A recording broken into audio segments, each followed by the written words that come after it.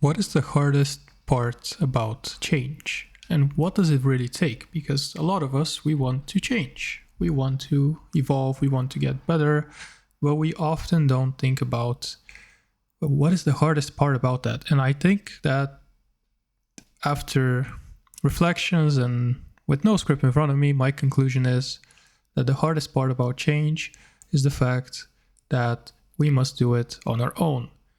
So what do I mean by that? I mean that it's very, very difficult, or at least not easy to do, to think on your own. We get so much information from so many sources. We get told how to think from an early age. We have so many influences around us that it's very, very natural to get influenced by them.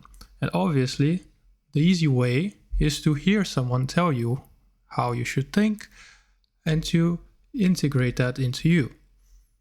And then you change in a way, right? You listen to, I don't know, Donald Trump or Putin or Ursula von der Leyen, whatever you like.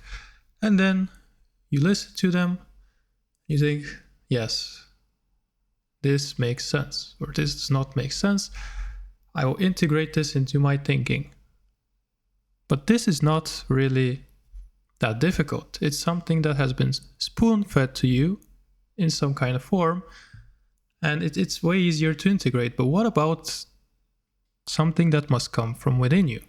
And that's really the hardest part. The hardest part is to think on your own about what you need from life, what you believe in life, and what you would like to achieve in life.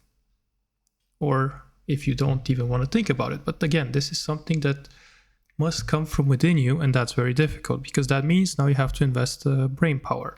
It means you have to not escape. Because oftentimes when we're faced with difficulties or difficult thoughts or difficult emotions, what we do is we escape. We go on Instagram and we scroll.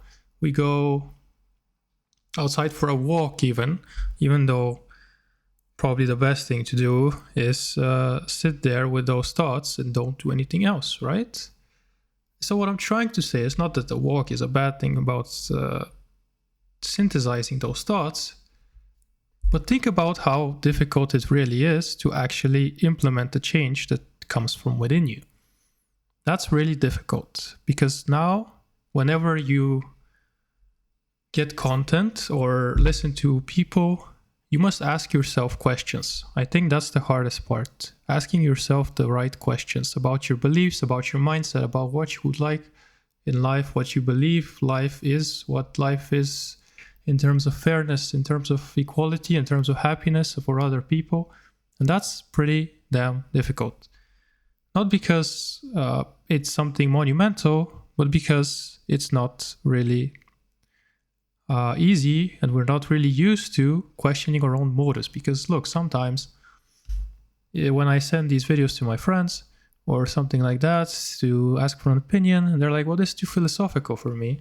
How about you do something more fun and entertaining? And I tell them, well, I know it's maybe thought-provoking, but that's exactly the point. Thought-provoking things are things that allow you to change and allow you to grow and develop your own philosophy. And I think that's really the hardest part that many people miss, because whenever a question is brought upon them from something they watch directly, and instead of being spoon-fed to them, like, you should think like this, you should do this, these people are like this person that you know is this kind of person, right? But instead of doing that, it's much more difficult to ask yourself, wait, why is this person thinking the way they are? Do I align with this person, and what exactly within me aligns with them, right? This is the hardest part, thinking on your own, thinking about your own set of beliefs, your set of ideals. And long term, it will really pay off, I think. For me, it has paid off. I have developed some kind of inherent system of values, and I think I can analyze people relatively okay, and my motivation is relatively okay, which allows me to really feel emotions within other people, right? Or to seek their motivations, to seek my own motivation, so I can better understand what I'm doing with my life and with the people around me, and not to worry about different things that pull me back or find the motivation, because I catch the emotion, I catch my sometimes desires that I think I have, and then I realize maybe I don't have them, or they are an escape, right? So that's really, really hard. And the alternative is short-term comfort. It's to listen to what other people will tell you to think. It's to escape from the problem or the question about what you really want in life or what you value. And that's obviously valid. You're free to do that, but that's not the hardest part.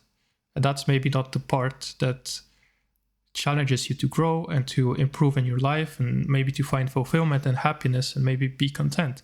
Because we all have different values, different beliefs, different experiences that drive us. And if we can get to the roots of them, we can then determine what kind of information we want to consume, what kind of people we want in our life, what kind of work would fulfill us, and things like that. So this is very individual for each and every one of us.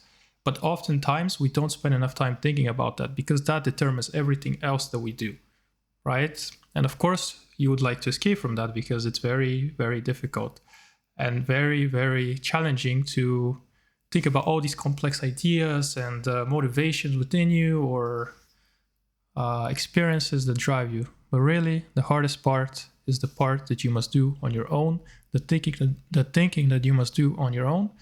And there's nothing wrong with that. It will pay off long term.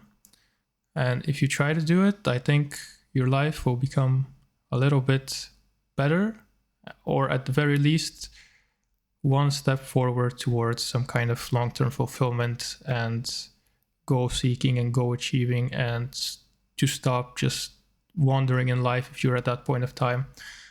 Of course, that's due to many factors, but really just try to think for yourself and do not escape from that, because that is one of the most valuable things in your life, potentially.